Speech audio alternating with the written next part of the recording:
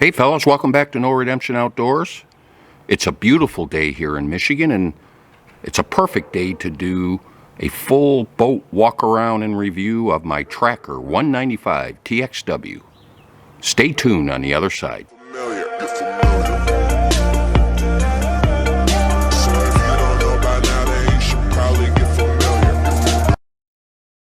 Hey guys, welcome back to No Redemption Outdoors. I really appreciate you stopping by, and today we're doing that long promised boat walk around. I'm going to give you a full rundown on my boat, and this happens to be a Tracker 195 TXW 2017. It has a Mercury 150 4-stroke, also a 2017, and I've had this boat now for about 2 years, so I can give you the ins and outs of everything I love and everything I hate about it. But let's go ahead and get started. And I'm going to start in the back here. We'll talk about the trailer and we'll work our way forward. So first thing I did when I got this from the dealer is I picked up some of these boat straps, and you may be familiar with these. These things are awesome and they're real easy to work, and a gigantic improvement over what came from the factory. Another thing that I did is I replaced the transom support, the transom saver. That thing was a piece of junk and it was damaging the lower unit of my motor. But the thing is, with the 150 4-stroke, there are very few options for a motor toter. So I happened on to this this thing right here. It's called a tote right. Some of you guys may be familiar with this. This is a heavy piece of steel, and if you just take a look right in here, I'll demonstrate how it goes in. You just basically set it in here. There are these nubs on either side, and just set it right in there, just like so, and let it kind of hang down. And as you're lowering the motor, it kind of fits right in where there's a little groove there where it fits right in, and it just sits right on there. And that thing has been awesome. Highly recommend that. That's called a tote right. I think it's like 140 bucks. It's a little pricey, but that's a solid unit and it works great. I mean, this motor does not move. I also got some gator lock clips on here for the steering, so when this thing's going down the road, this motor is rock solid. All right, well, we'll take a walk around this way. Another upgrade I did to the trailer is I picked up this Flex Step. It's actually called the Flex Step Pro. And basically, you can adjust it to a couple different settings, and that gives you, that's really convenient for getting up into the boat. So it's been real benefit. And if you don't want to, when you're at the ramp, you want to take it off, you just pull the pin, it comes right off, and put it in your truck. No worries. And then you just slide it back in, and back in business. So that was another upgrade I did. Moving forward, the boat didn't come with a spare tire, so I had to get one that mounted right there. This has got the Breakaway trailer. The latest addition I made to the trailer is a bow ladder, and I want to take a minute and show this to you. This thing is pretty nifty. I bought it direct from the manufacturer, but they're now selling it Bass Pro, as it turns out. And this is called the Bow Step. It's made by Quality Mark. I'll put a link in the description below. Let me just demonstrate this thing. So to mount it to your trailer, there's two different ways. there's a mounting plate that basically just bolts right to the frame of the trailer itself. But for me, I didn't have enough room here between the Breakaway and the front post here. So they offer for an upgrade of $45 this plate, and it's really interesting how it works. So let me just show you here. On the Breakaway trailer, those of you who have them, you know that basically there's this pin. Well, to put this plate on, you remove the pin, you remove the bolt, take that bolt off, you leave the trailer in the bracket, but then you slide this heavy steel plate over. It's very, very heavy, very, very sturdy. And then you put the bolt back in, and now it swings with the trailer. Okay, and there are 3 positions. So when you want to deploy it, you just choose the position. Now when you're trailering, if you want a trailer, you can push it all the way back. And then I like to use it all the way forward when I'm using it to mount the boat. And you just put the pin in just like that. So, all right. Also, to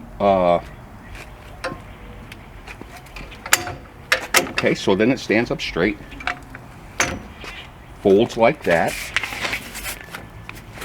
and so when you're going to be going down the road, let's say, you can push it back to this position, put the pin in, hook up to your truck, and away you go. Now you can, if you don't want to leave it on there, it comes right off. And you just put it in the back of your truck or wherever. And just like that, on and off. So, yeah, I have really grown to like this thing a lot. It makes life a whole lot better. And then to deploy it, you just pull the little spring-loaded handle there, you position this where you want, you tighten it up, and boom, you're in Lake Flynn. So I'm going to go ahead and climb in the boat. I need to do that anyway to demonstrate some of the things in it, but this way you can see the ladder as well. And I have to tell you, it's very sturdy, and I like it very much, so highly recommend that. All right. Now that I'm in the boat, let's take a look at the trolling motor. We'll start there. First things first, I have this cover. It's called Pop Tops. And I got this cover because the trolling motor made a cut in my cover. So by having this on there, when I put the cover on, it's protected. It doesn't cut through my cover. So to remove this, just fits right over the end there. Pull that off. Alright. So mainly I only use it in the winter time or when I'm trailering the boat with the cover on, or otherwise when I need to cover the boat. This is a Motor Guide XI5. This has the GPS and the anchor lock.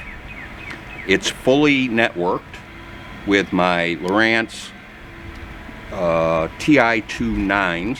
I have one at the bow and one at the helm, and everything's networked. I can control the trolling motor either from the graphs, with the foot pedal, or with the hand remote. And at first I had a bit of a love-hate affair with this motor. By the way, this is an 80-pound 24-volt motor. I think it's a 54-inch shaft, which is just about right for this boat. The stock motor that came was a 45-inch shaft. It's too short. I'll just tell you right now, it's too short. But anyway, this XI5, I was having problems with it initially when I would engage the anchor lock because it would just start spinning for no apparent reason, and it was random. So I did a bit of research and found out that there were a bunch of these that came out of the factory that had the power cable and the GPS cables wrapped together inside the head, which was just incorrect, and so there was interference with the GPS. So I cracked open the head, separated those wires. It's been golden ever since. I love this motor. The anchor lock is amazing. It has course lock, so if I'm fishing and I don't want to fuss with the motor, but I want to move in a certain direction, hit the course lock, it takes me there. I can set waypoints on my graph, tell the motor to take me to those waypoints. It's been fantastic. I love this. I can't recommend it highly enough. So, Motor Guide XI5, fully networked. As I mentioned, I have the Lowrance TI-29s on Ram swing mounts. Now this one I actually will be doing this tomorrow. I have a new mount coming that will allow me to mount it right here, and it will be positioned roughly here. So I'm going to be getting rid of this. I do like this, but in this instance I want the graph out of the way, so it'll be right here. But this has been, again, phenomenal graph, and I highly recommend them. Let's see what else. Also, for the trolling motor, this is a tailor-made prop cover. Again, I use that whenever I put the cover on. Keeps from cutting the cover. Now, to stabilize the motor, I use this ram mount, and basically, again, for trailering, or maybe if it's going to be rough water, this provides a little measure of extra support, just like so. All right. Now, I do need to talk about this real quick. This foot pedal. Now, this is all wireless, which is great because I can take this foot pedal anywhere in the boat. Same with the remote, handheld remote. But this foot pedal is just it is not a pleasure. It is not a pleasure. It is very hard to operate, and it is nothing like a cable steer. Those of you who have cable steer, you know what I mean. And so I'm told that if I am persistent, I will get used to it and I will learn to love it. It has not happened in 2 years, but I'm gonna keep trying. But those of you guys that have these, give me a comment down below. What do you think? Do you have a love-hate affair with that stupid foot pedal? All right, moving back. We're in the middle of a project I just want to show you real quick. This boat comes with these rod straps here, which are fine, but they're just adequate. That's about all I would say. So we got these retractable. These are made by Boat Buckle, the same company that makes the one on the back of the trailer, the strap on the back of the trailer. And this will mount flush into the deck. So we've started cutting a hole, and we stopped to go get a new blade for the Sawzall. But we're going to cut this hole out. We'll mount this flush, and then it just comes out like so. And there'll be a hook on this side, and it'll just hold the rods down just like that. All right, and I think that'll be a great upgrade. One of the things I like about this boat very much is it has what's called a VersaTrack, and it's something similar to like a Scotty mount that I have on my kayak, but it allows me to mount various accessories. So in this instance, I put on the this is a Scotty rod holder, and this right here, this bracket, is made by Brocraft. It's aluminum, and it mounts into the track. If you take a look at the track here, you can see where you can put different things in. This is the mounting point. You just slide those carriage bolts back, put your item on, tighten it. You can put anything you want on there. Now over here, I have a tool holder. And again, it's just mounted in the VersaTrack. Okay. So I managed to tip over all my screws here. I'm gonna pick them up real quick. All right, moving back. I'm going to show you the storage. Oh, before I do that, let me get this out of the way. This is this case I got at Sam's Club on sale, and I use it to put the graphs in. And whenever I'm storing the graphs, I just throw them in here. Also, I have these covers I got from RMP, and you may have seen these in some of my past videos. And I will put those over the graphs whenever I'm storing the boat, or you know, just whenever. These things are very, very great. I will tell you right now. And they weren't that expensive. I don't remember exactly how much they were, but I was surprised at how inexpensive they were. So highly recommend for you guys with graphs. Let me get this out of the way. Let me show you my storage area. Well, before I do that, I'll show you the helm. So I've done a number of things to the helm. Again, here's the RMP cover, and here's I put the strap on to hold this. Now, a couple upgrades I've done here at the helm. First off, I changed the steering wheel from the stock one to this. This is similar to the one that comes on the tournament edition of the 195. Also, I took out well, first off, I took away the speedometer and I put in this Merc monitor. And so, let me turn this on. The Merc monitor takes the place of the speedometer, RPM, water pressure. It provides me a number of different, telemetry on the boat. And so by getting rid of the speedometer and the RPM, that allowed me to pull that gauge out and put in place this radio, the kicker radio, and the speakers for the radio are mounted there. Now this boat came with, these are from the factory, these are storage containers. There's a lid, you take it off, and there's a watertight storage container. So I took that off and I put those speakers in. And like I say, this is a kicker radio, and the Merc monitor is all networked in with the motor, and networked in with the graphs. And so this entire boat is fully networked. This right here is a switch that I installed. That's my NEMA network. And so whenever I'm going to power up the network, I got to flip the switch on. All right, that's the helm. I'm trying to think if I did anything else up here. Of course, we got the mirror. Hello. And this mirror, I don't remember. I think it's Atwood, I want to say.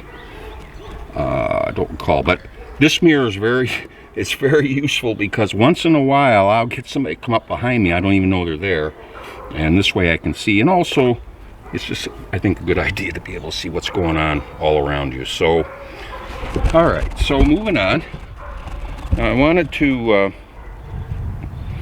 show you the storage compartments.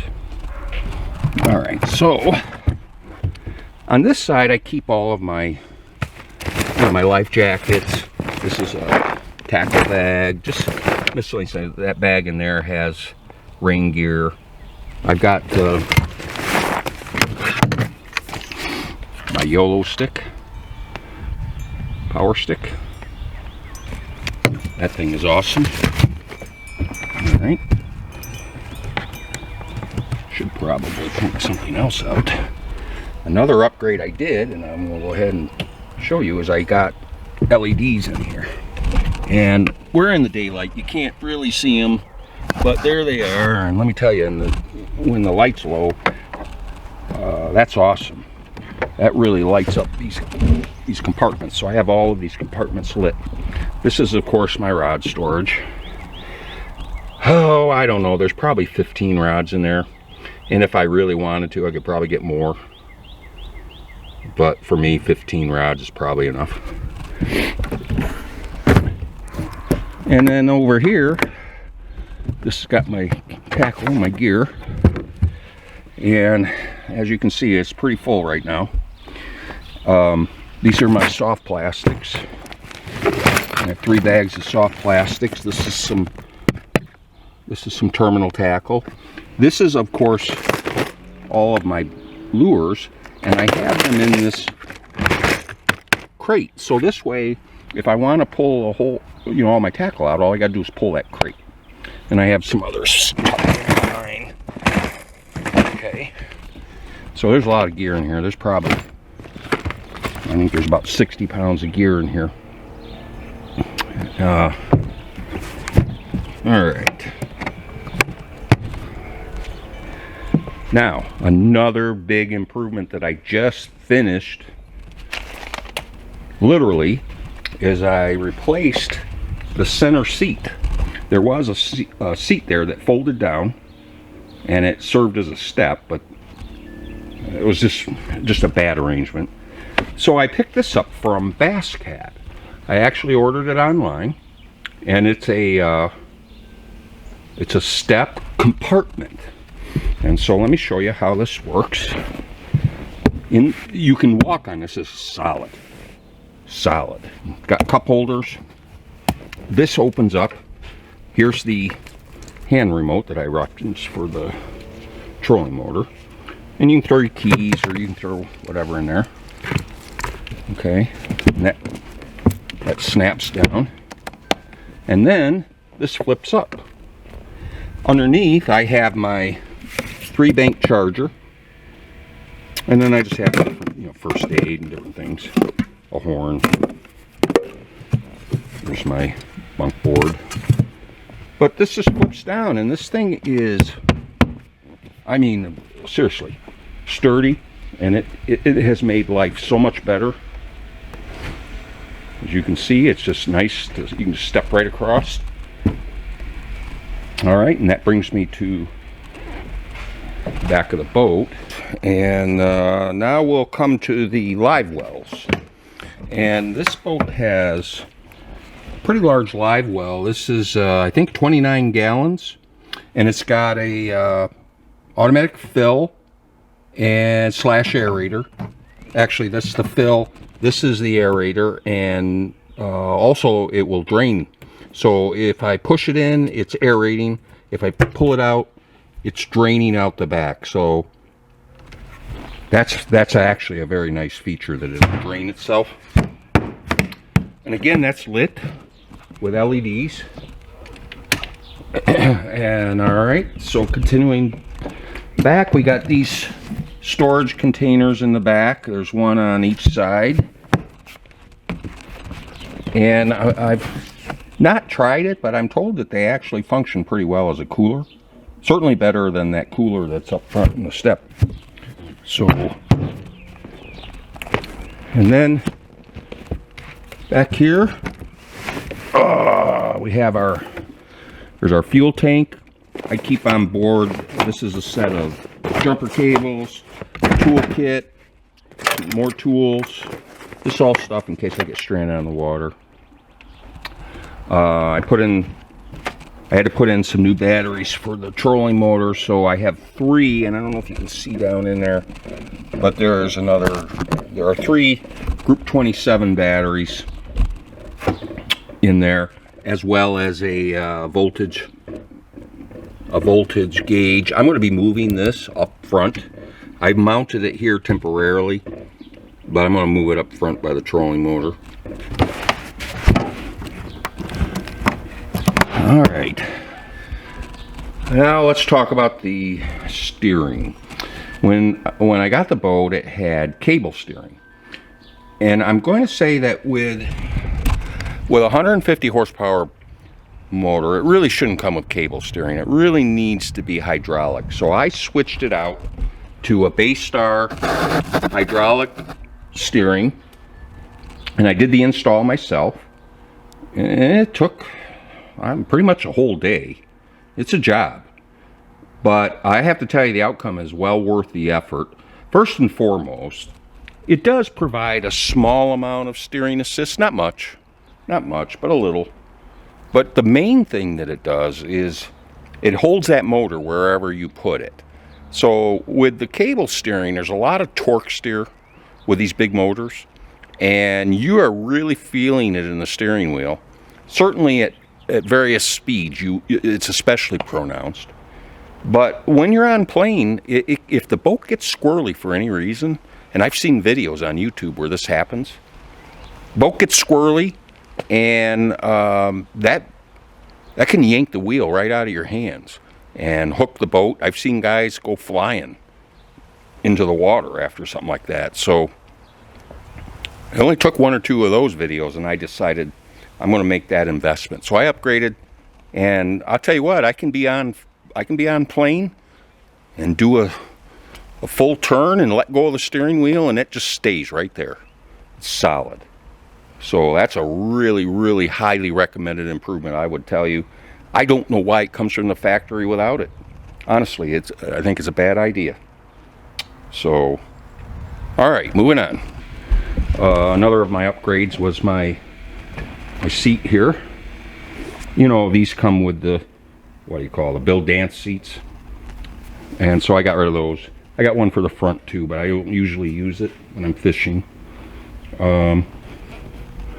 Going back further, there's my Lowrance .1. That's my GPS. That's mounted directly over the transducer. I guess I should mention while I'm back here at the motor, this cover I got from Tough Skins. And this, again, there's a couple choices out there. I chose the Tough Skin, and I'm not disappointed. And you can leave it on, and you can use it when you're running. I use it when I'm towing it on the road. I basically leave it on all the time.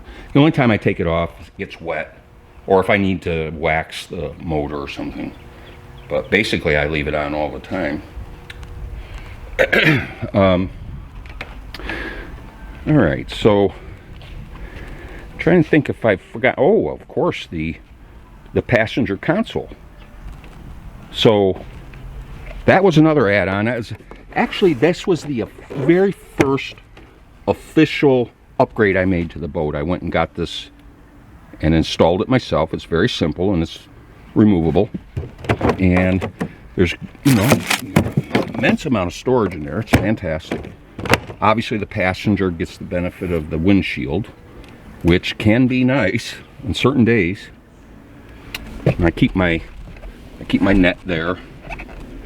Here's this is a, well, they say it's a cooler. It's a place where ice goes to die. So basically, it's just a junk drawer for me. And I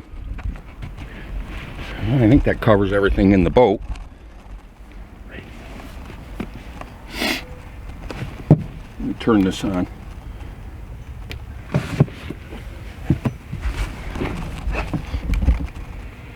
Demonstrate the radio. Got a crowd request.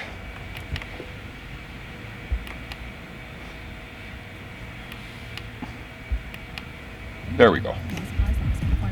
Eligible carrier and activation. One free device per line. Customers who use more than 35 gigabytes of data during a billing cycle will be deprioritized during times of network congestion. Offers and that was very fortunate, because had I turned it on when there was music, I would have gotten a copyright strike, and my audience would have been to blame. All right. Some of you met my audience earlier if you saw my kayak video. All right. That covers it. I think that's everything. Now, let me tell you, 2 years in. First off, what I love about this boat.